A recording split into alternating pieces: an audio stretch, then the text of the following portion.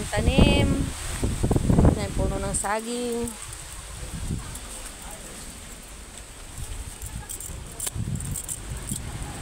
Hindi na mahirapang bubo ng mga puno.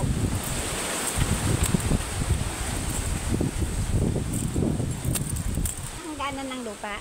Okay. Isang metrot kalahati. Binibinta nila yung mga lupang ito. Ano mo, sabihin mo ito ang may daan na isang metrot kalahati. May daan po. Bale, ito po pala yung magiging daan. Possible na 1 metro at kalahati ang luang. Hanggang kalsada na yon. Aha. Yan. Labas ay karsada na. Ang labas ay kalsada agad. Ang layo nito sa kalsada mga 30 meters. 30 meters away from the barangay road.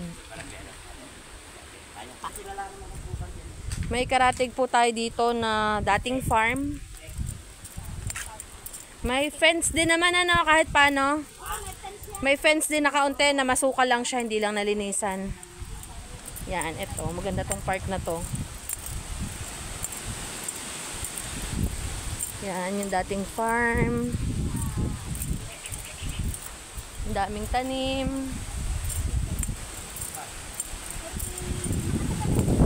Malamig dito. Magandang property to at malamig dito sa mataas sa kahoy. May kabayo pa dito. Yan, may mga puno ng lansones. Madaming puno ng saging.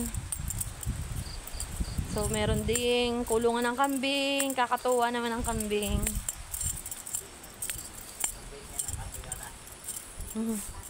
The setup is very, very rural. Ito ko, ang gaganda ng punong ito.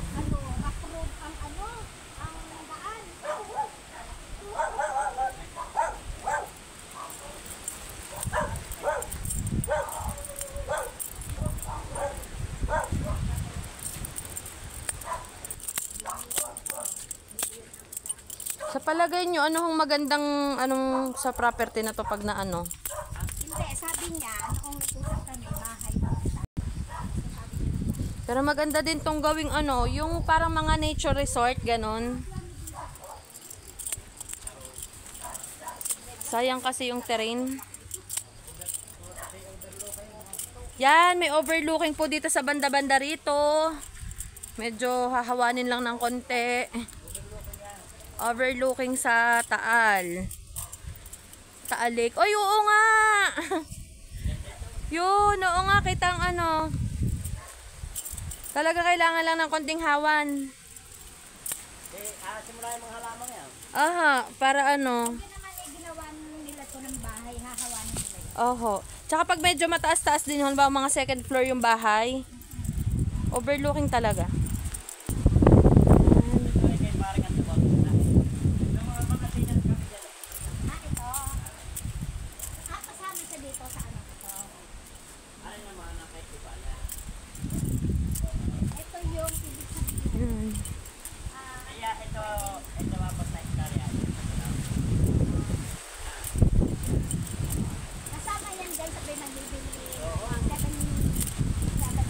Yan.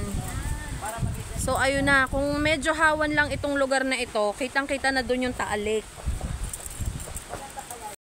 Yan, may mga existing na din na tanim na paminta. Hindi na kayo mahirapan magpatubo ng paminta. May sarili na kayong supply ng paminta.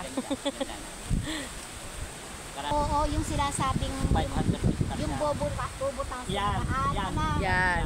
Oo. Ayun, ito po pala, itong area na to, kung sakali, may nakapropose na po na gagawing daan dito. Nalalabas siya ng Barangay Bubuyan, Kinalaglagan. Aha, yan. Dito po yon. Kung sakasakali, malapit po kayo sa kalsada. Yan. Bale na na siya, anong tawag doon?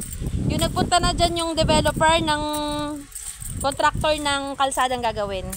So sure na po yon, magkakaroon ng daan na malapit. Napakaganda po ng view dito. Yan. Overlooking. Lipa yon, yung yung banda-banda horon, lipa, yung natatanaw doon. Lipa po yon, lipa. Bali yan po sa gabi ay makikita nyo yung mga ilaw sa karatig karatig na barangay, na bayan. City lights baga, kitang-kita.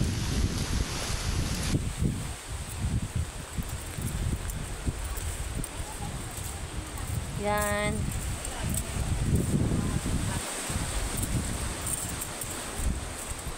Pakalawak ng lugar.